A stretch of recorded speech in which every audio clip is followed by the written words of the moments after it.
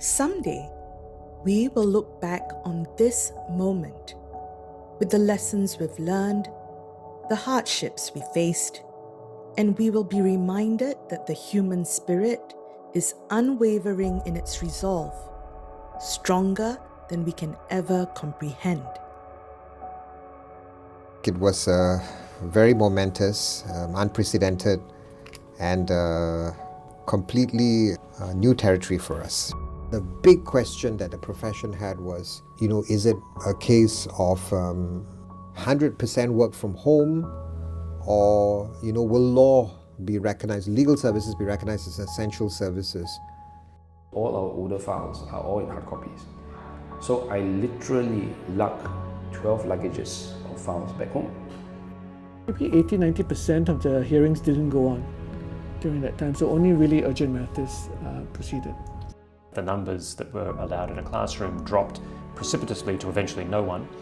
There was a scramble to respond, and to respond not just in line with the government's regulations, but in the best humane, good employer way possible. Our first concern was always the safety of our students, simply because there were so many of them and the virus would spread quite quickly in the confined spaces that they were in, seminar rooms, library, classrooms. Once the decision was made by the government to basically close off certain activities, we had to take measures in place to deal with the fact that the court hearings may not go on normally. There was a sense of anxiety, worry, uncertainty in the profession.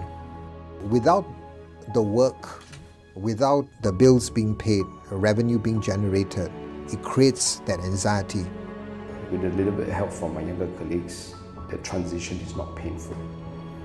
But the older practitioners, the 1, 2, 3-man show, all in their late 50s, early 60s, 60s, 70s,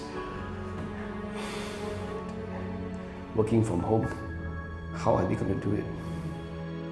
It is very sadly walk off into the sunset. It is, to them, change is very drastic. For the profession, it's like we needed to give that hope. We're trying to help you solve the problem. But everybody adapted really quickly. I've had lawyers in the 70s and 80s come in for Zoom hearings. Initially they had some issues, but I think they've gotten used to it at the end of the day. I think as long as you know how to start the computer, everything else should be quite seamless for you. It is like reverse mentoring, because juniors could be tech support facilitators, teaching their seniors the ropes. But in some cases, the seniors are actually very much ahead of the curve and they are actually mentoring others. One of the upsides of this whole experience is that even the oldest dog has learned new tricks. The reality is that watching a professor is not quite like watching a Hollywood blockbuster. And so what my colleagues and I quickly learned was that if you were doing these synchronous events, you had to shorten them, make them punchier, sharper. We've learned a lot of the last few months, and we hope to formalize some of these learnings, because at least online hearings will be a permanent part of the landscape. We also need to be aware the world has moved on, that virtual meetings have also become very much accepted, and there's another set of skills that students need to learn. The profession adapted, and I always tell the lawyers to count their blessings. There are jurisdictions where the courts are not open and the lawyers are out of work. And while our darkest moments test our strength, they push our boundaries, wake us up to what really matters, to show support for our community, for the ones we love, and the ones who don't get appreciated enough. You thought you could only do so much, but events like this, pandemics, the kind of crisis that we dealt with, can actually draw out from you even greater capacity to do good.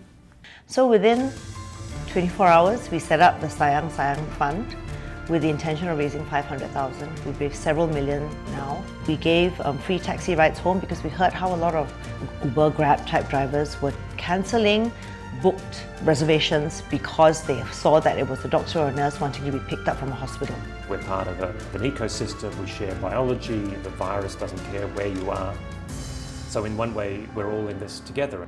We may have some individual differences, but the beautiful thing about this country, which I really appreciate, is we're all moving in the same direction. We have that collective sense of purpose, and so we can move together to ride out the storm, I feel. And that also means we are probably, hopefully, nimble enough to maybe rewrite the Singapore story.